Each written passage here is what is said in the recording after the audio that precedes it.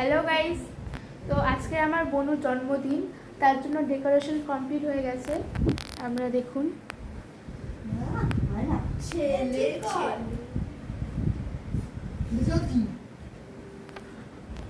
তো এরপর আরো কিছুই হবে, আমাদের দেখাবো।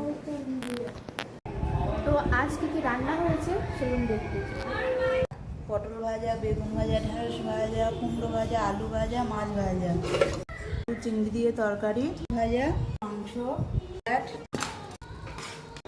এই যে আমার বোনের জন্য খাবারের থালি রেডি হয়ে গেছে। বেলুন নিয়ে বসেছিল, ওটা তুলেছি। সিঙ্গেল আমরা সরে যাচ্ছি, তুলে নে না।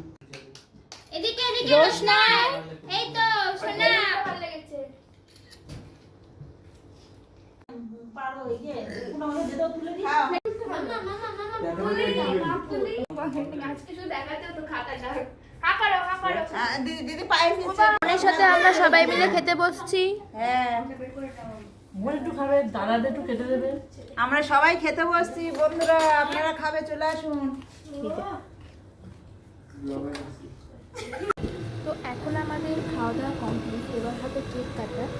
আপনাদের দেখো, তো এবার আমার বোনও রেডি হয়ে গেছে কেক কাটার জন্য, আমরা দেখতে থাকুন।